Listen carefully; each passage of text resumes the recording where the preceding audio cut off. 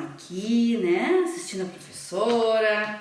Então, começando um novo mês, o mês de outubro, nova semana. Hoje, dia 4 de outubro, é o dia dos animais. A última aula a professora falou sobre a natureza, né, e sobre as plantas e sobre os animais. Então, hoje é o dia dos animais. Comemora-se. Nós vamos ler textos ainda esse mês sobre os animais, tá bom? Nós vamos à matemática. A professora colocou aqui que nós vamos trabalhar com frações decimais. Então, são aquelas frações que são divididas por 10, por 100 e por 1000. Vamos prestar atenção no material da professora. E peguem também a apostila de vocês, tá? Olhem, alunos, então nossa nona apostila, tá? Já estamos aí na nona apostila. Vejam quanta coisa a gente já aprendeu, né? Então, para abrir a apostila aqui, nós temos um pensamento, ó. Professores são como abelhas, cumprem a missão de levar pólen do conhecimento para todos os seus alunos. Então, esse mês nós temos aqui o dia da abelha, dia 3, e o dia do professor, né? Que ensina vocês. Matemática, dia 4 de outubro. Aqui nós já temos algumas coisas que nós vamos ver em matemática. Vocês lembram desta fração aqui? Lembram, né? Então, eu dividi ela em 10 partes. Um inteiro dividido em 10 partes iguais. 3, 4, 5, 6, 7, 8, 9... Fica bem certinho aqui.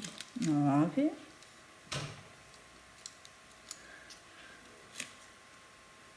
Vocês têm o de vocês lá, né? Então, pegue lá com os décimos. 10. Tá? Se eu colocar bem certinho aqui, fechou um inteiro.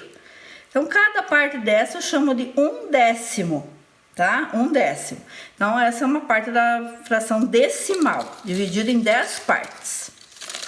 Também nós podemos representar a fração decimal através das barrinhas. Nós temos o inteiro, que foi dividido em 10 partes iguais, tá? Cada parte dessa é 1/10. Então, eu tenho aqui, ó, 1/10, tá? 2 décimos, 3 décimos, 4 décimos do inteiro, tá? Também podemos dividir nosso inteiro em 100 partes, né? Então, nós temos aqui 100 cubinhos. Cada parte dessa, olha aqui, eu tenho 100. Cada parte dessa, como será que eu vou chamar?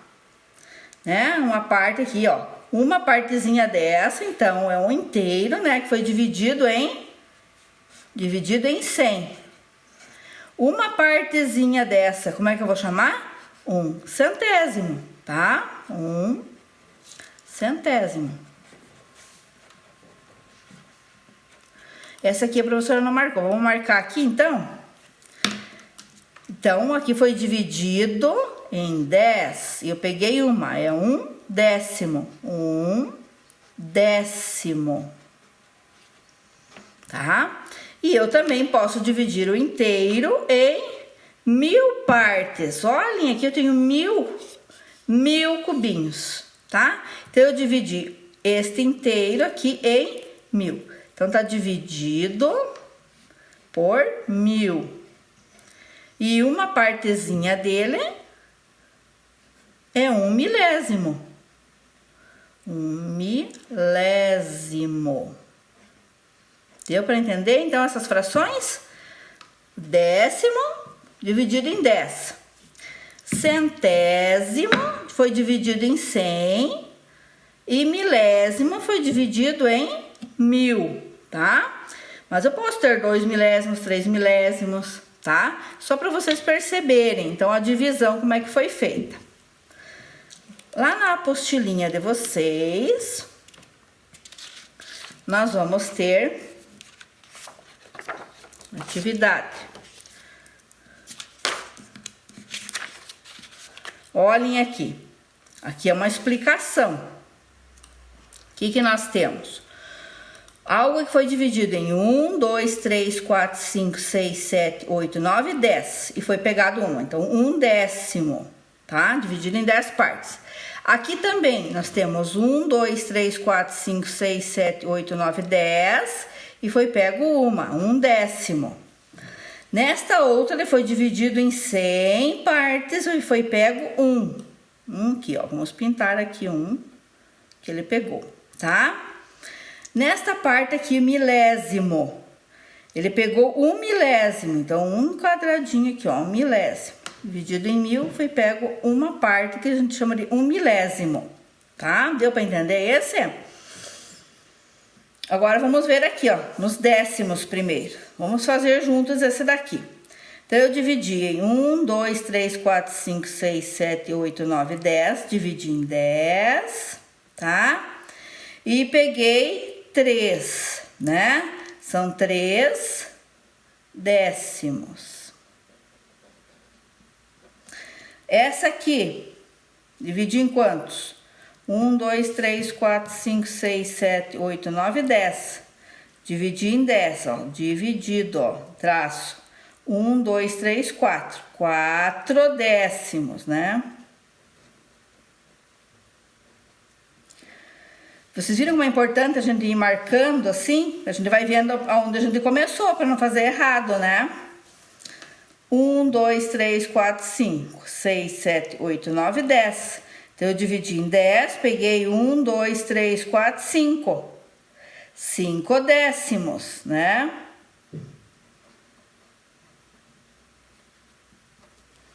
Aqui, dividi em 1, 2, 3, 4, 5, 6, 7, 8, 9, 10 também. Peguei 1, 2, 3, 4, 5, 6, 7 décimos. Essas daqui também, ó, vocês vão fazer aqui a fração desse e a fração desse. Tá? Vocês vão representar aqui. Eu fiz aqui 4 já para vocês, tá? Veja se vocês conseguem fazer sozinhos. Vocês são espertos, vocês conseguem, né? Vamos lá para outra página. Olha aqui, agora nós temos os centésimos. Nós temos agora dividido em 100, tá? Cada partezinha dessa a gente chama um centésimo. Então, vamos ver aqui, ó. Quantos nós temos aqui de centésimos? Cada linha dessa tem 10, ó. 1, 2, 3, 4, 5, 6, 7, 8, 9, 10. Então, 10, 20, 30, 40, 50, 60. Então, são 60 centésimos, tá?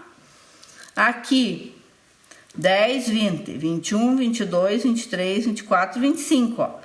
10 mais 10, 25. Então, dá 25 centésimos. Por que centésimos? Porque eu dividi aqui em 100 partes, tá?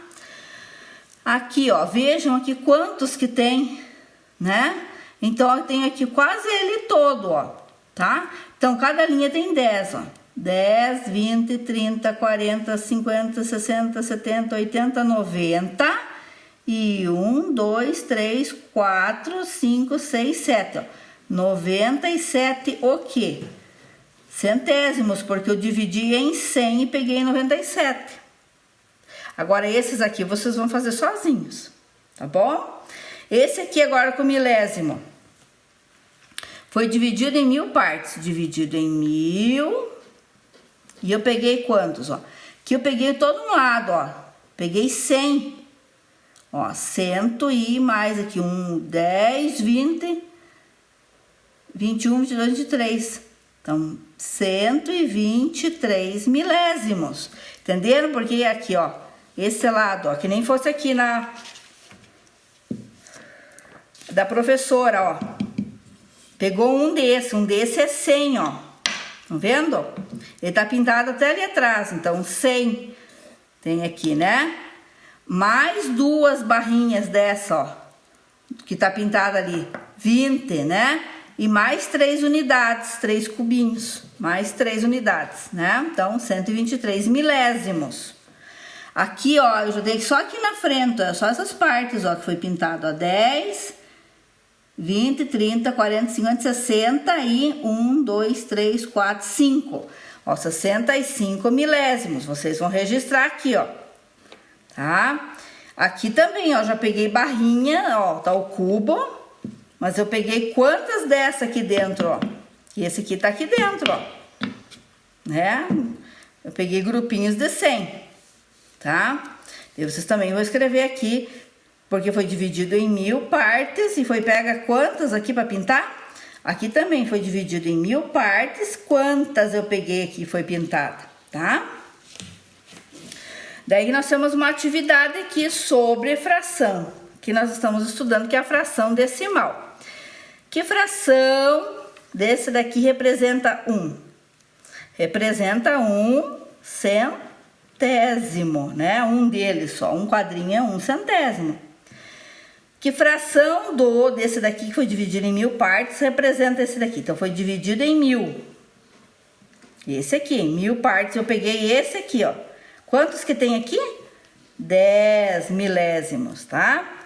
Aqui vocês vão representar da mesma forma, vão também olhar e vão fazer daí sozinhos, certo? Para a professora não ficar resolvendo tudo, a professora ajuda e vocês continuam.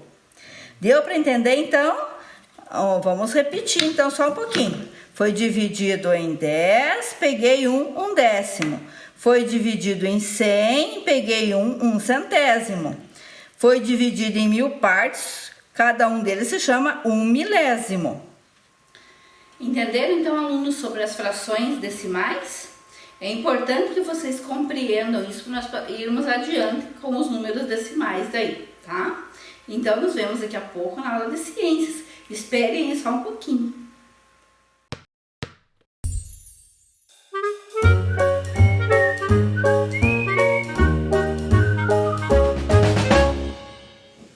Olá, estamos então na aula de ciências agora. Relembrando que nós aprendemos na última aula, né? Que era sobre os materiais, né? As propriedades que eles tinham. A gente viu que tinha uns que eram elásticos, né? Nós vimos outros que eram duros, né? A dureza. Nós vimos também aqueles que podem segurar o calor, né? Aqueles que transmitem a eletricidade, aqueles que dissolvem, né? No caso a água, né? Pode dissolver algumas coisas, por exemplo, o suco que a gente compra em pacote, existem então nem o sal, o açúcar, eles se dissolvem na água e muitos outros produtos também, tá? Então são algumas propriedades dos materiais que existem na natureza. Hoje nós vamos ver sobre aqueles materiais que conduzem a eletricidade. Se vocês estão me vendo é porque vocês estão trabalhando com a eletricidade, não é verdade? Tudo isso que nós estamos fazendo aqui, precisamos da eletricidade. Então, no nosso dia a dia, nós usamos muito isso, né? Antigamente, sem eletricidade, tudo era muito mais difícil, porque as pessoas tinham que usar muito a força física e outras coisas para iluminar, né? Hoje nós temos as lâmpadas, né? Todas elas movidas a eletricidade.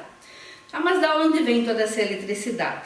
Então, a energia, a eletricidade, antigamente vinha de outras fontes, né? Eram fontes, por exemplo, da queima do carvão, né, que produzia o calor, que gerava uma turbina. Hoje nós já temos outras formas também de produzir a energia elétrica e cada vez estão sendo descobertas outras, tá?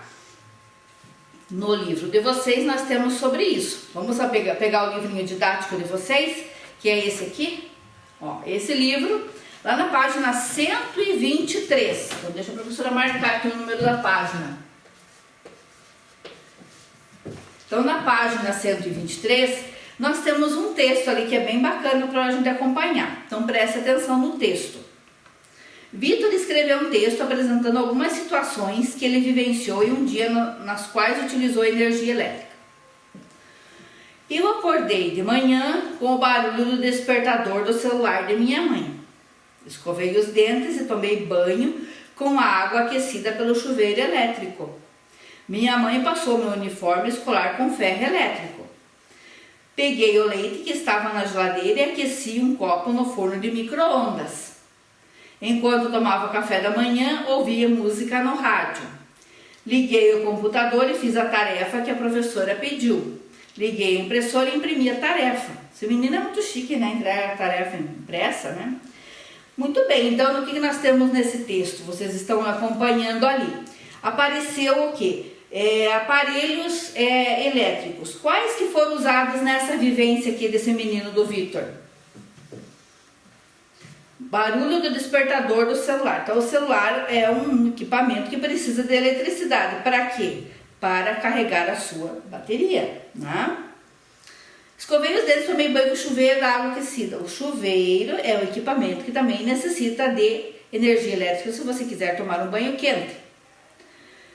Minha mãe passou meu uniforme escolar com o ferro elétrico. Então, o ferro elétrico, né, também precisa da energia para ele aquecer e conseguir passar a roupa. Depois, ele pegou o leite que estava na geladeira, que para gelar precisa de energia elétrica, e aqueceu um copo no micro-ondas, que também para funcionar necessita de energia elétrica. Então, nós já temos aqui quantas coisas: o celular, o chuveiro, o ferro de passar roupa, a geladeira, o micro-ondas. E ainda ele ouviu música no rádio, né? O rádio também. Existe o rádio a pilha, que também é uma forma de energia, tá?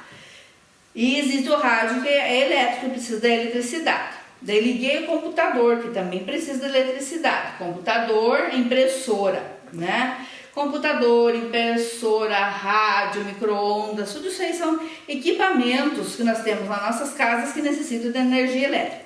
Vocês já imaginam que se não, antes, quando não tinha isso, se fazia essas coisas? Tem coisas que não dava para fazer. Ligar computador não dava, né? Primeiro que não tinha.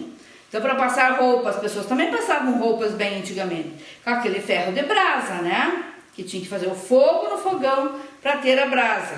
Esse mesmo fogo naquele fogão servia para aquecer o leite, tá? O chuveiro elétrico ia esquentar a água lá no fogão, né? E colocar no chuveiro para ser quente, senão era banho frio, né?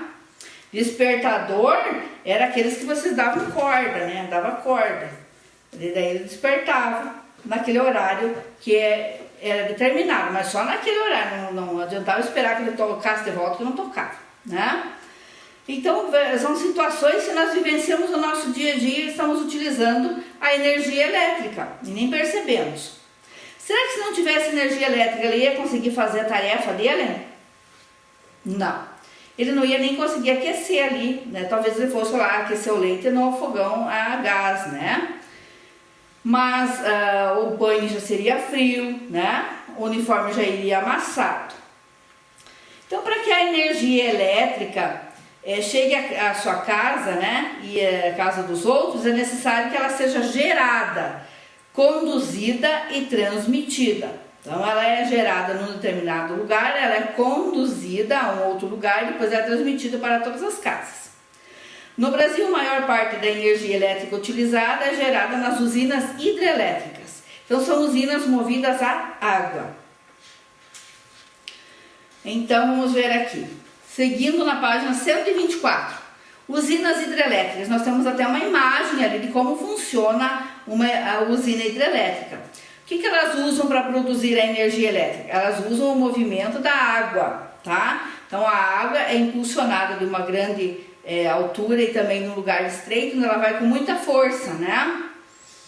E daí ela vai girar uma turbina com essa força. Essa turbina girando vai produzir a energia elétrica, né? Aqui no texto fala que é uma energia renovável, porque ela não polui o ambiente. A água, ela vai girar a turbina e vai ser devolvida novamente no rio, tá? Agora, o que acontece na construção desse tipo de usina? É necessário represar água. A água tem que ter uma represa, né? E isso pode alagar algumas regiões, né? Pode provocar destruição de vegetação e mortes de alguns animais, tá? Então tem que ser feito um estudo antes do lugar mais adequado que elas podem ficar, qual é o menor impacto ambiental que elas dão. Depois na outra página, na 125, vocês têm lá a continuação do texto de uma imagem, que é a transmissão, né? Vocês já viram essas torres de transmissão em algum lugar? Às vezes a gente vê na estrada, né? As torres bem grandes, né? Elas transmitem, né, energia elétrica gerada nas usinas. Aí elas vão chegar num lugar lá onde vai ter uma subestação, ela vai ser transformada numa energia um pouco menos pesada que aquela, né? Em que ela seja adequada para a gente usar. Daí vai para nossa casa, né?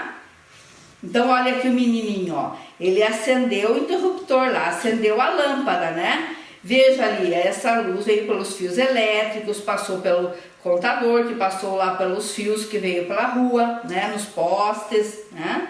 Por isso que a gente tem que cuidar. Então é onde ocorre a corrente elétrica.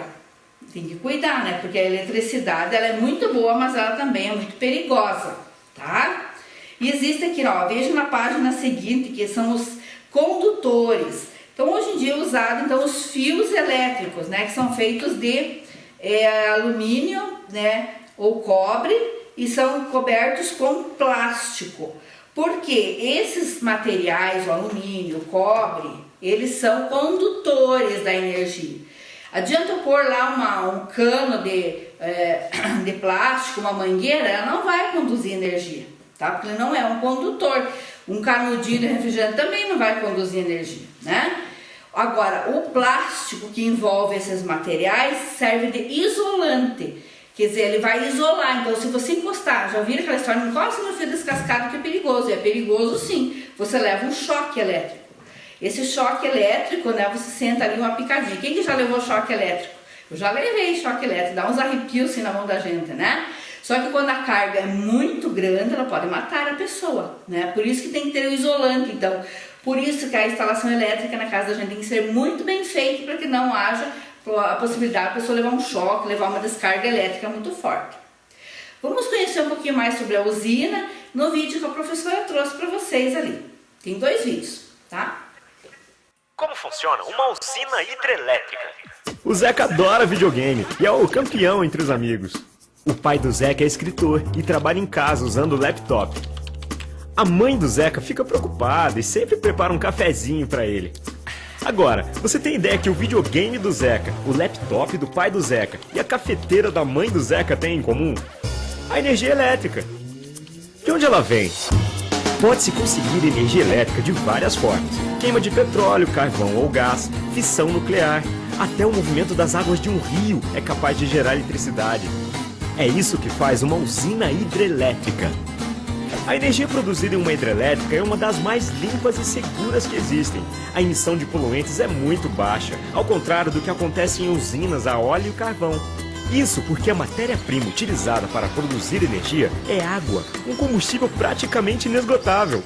O processo não é assim tão difícil de entender. Olha só, depois de um estudo cuidadoso para não prejudicar o meio ambiente, a água do rio é represada por barragens. Elas controlam o nível da represa. Se chover muito, as comportas se abrem e dão vazão ao excesso de água. A água represada entra com grande pressão em um aqueduto e segue em direção às turbinas, que são as responsáveis pela geração de energia. A turbina é formada por pás. A água passa e gira essas pás, que presas em um eixo, acionam o gerador da usina, transformando energia mecânica em energia elétrica. O transformador aumenta a tensão da energia, permitindo que ela viaje pelos fios e chegue até as casas, prédios, escolas, lojas e até o videogame do Zeca, o laptop e a cafeteira dos pais dele. Mas você deve estar se perguntando, o que aconteceu com toda aquela água que moveu as pás das turbinas? A resposta é nada. 100% dela é devolvida ao rio com a mesma qualidade de antes e pode ser usada para consumo humano, processos industriais e até para abastecer outra usina hidrelétrica instalada mais à frente no curso do mesmo rio. O avô do Zeca, por exemplo, tem um sítio bem pertinho de uma usina hidrelétrica. E o Zeca nem imagina que a água que gera energia para o videogame funcionar é a mesma água que irriga a horta do avô dele. A Eletrobras está de olho em tudo isso e trabalha para impulsionar o desenvolvimento sustentável do Brasil em harmonia com o meio ambiente, produzindo energia limpa para quem mais precisa. O Zeca, o pai do Zeca, a mãe do Zeca, o avô do Zeca e você.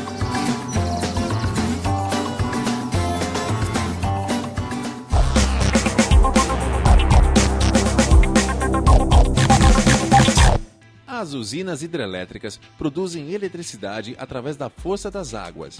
Geralmente, elas são construídas longe dos centros consumidores e aproveitam os desníveis naturais de rios. A usina que mais produz energia no mundo é a de Itaipu, que abastece consumidores do Brasil e do Paraguai. A usina de Três Gargantas, na China, deve desbancar a usina latino-americana nos próximos anos. Nas usinas hidrelétricas, uma barreira segura a água e cria um reservatório. Depois, a gravidade puxa a água e faz a turbina girar. O movimento da turbina aciona o gerador, que produz corrente alternada. Essa corrente é transformada em corrente de alta voltagem e sai da usina através das linhas de energia.